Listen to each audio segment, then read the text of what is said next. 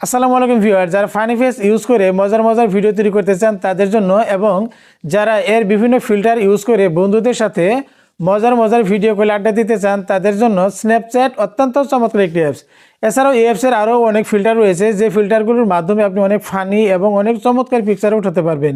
তো এই জন্য আপনাকে এই স্ন্যাপচ্যাট অ্যাপটি ডাউনলোড করে ইনস্টল করতে হবে এবং এখানে আপনাকে অবশ্যই একটি অ্যাকাউন্ট ক্রিয়েট করতে হবে।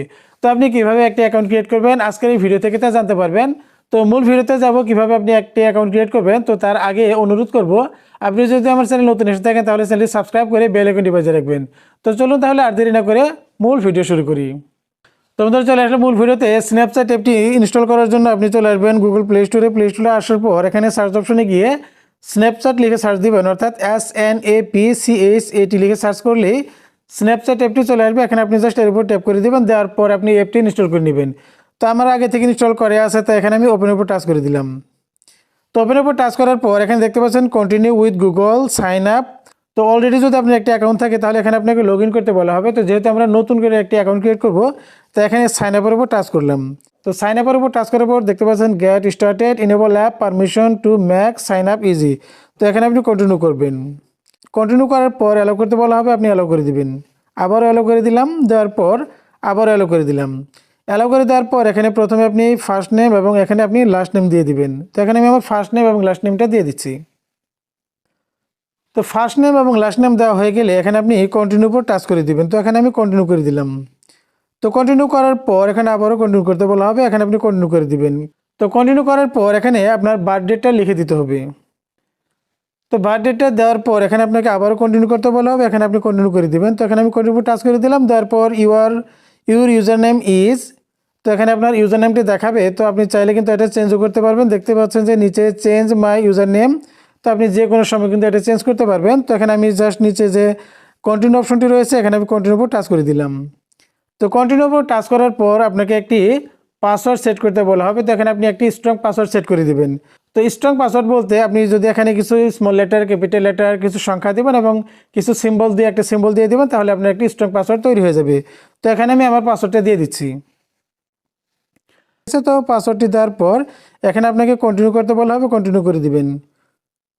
তো আপনি এখানে কন্টিনিউ করে দিলাম। তো এখানে আমি কন্টিনিউ করে দিলাম, দেওয়ার পর এখানে আপনার ইমেল অ্যাকাউন্টে চলে আসবে। যদি আপনি আপনার ইমেইলে একটি পাসওয়ার্ড পেতে চান, অর্থাৎ ওটিপি নাম্বার চলে আসতে পারে, এখানে আপনার সেই ওটিপি নাম্বার পাওয়ার জন্য আপনার জিমেল অ্যাকাউন্টে দিয়ে দিবেন।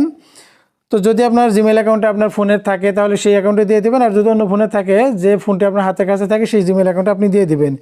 তো এখান থেকে আমি সেই জিমেল অ্যাকাউন্টে দিয়ে দিলাম। আপনি চাইলে কিন্তু এখানে দেখতে পাচ্ছেন ইউজ ফোন নাম্বার।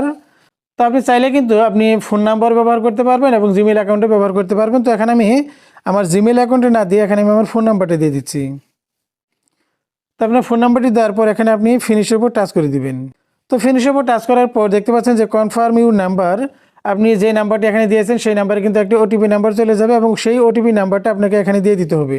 তো কন্টিনিউ উপর টাচ করার পর এখানে আপনাকে আবারও ফোন নাম্বারটি দিতে বলা হবে। তো আপনি চাইলে ফোন নাম্বারটি দিয়ে দিতে পারেন, অথবা এখানে উপরে দেখতে পাচ্ছেন যে স্কিপ অপশন রয়েছে, আপনি চাইলে স্কিপও করে দিতে পারেন।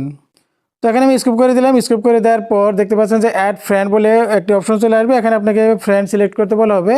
তো আপনি চাইলে এখান থেকে আপনি চাইলে কয়েকজন ফ্রেন্ড অ্যাড করে দিতে পারবেন, আর আপনি যদি না চান তাহলে এখানে স্কিপের উপর টাচ করে দিবেন।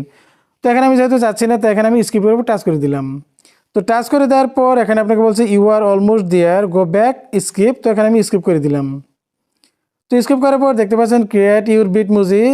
তো এখানে দেখতে পাচ্ছেন যে এখানে একটি বিট মিউজিক ক্রিয়েট করতে বলা হচ্ছে। তো এখানে আমি কন্টিনিউ টাচ করে দিলাম। টাচ করার পর আপনাকে একটি বিট মিউজিক সাজেস্ট করা হবে। আপনি যদি এই বিট মিউজিকটা আপাতত রাখতে চান তাহলে এখানে আপনি সেভের উপর টাচ করে দেবেন। তো এখানে আমি সেভের উপর টাচ করে দিলাম, এরপর হচ্ছে ইয়েস।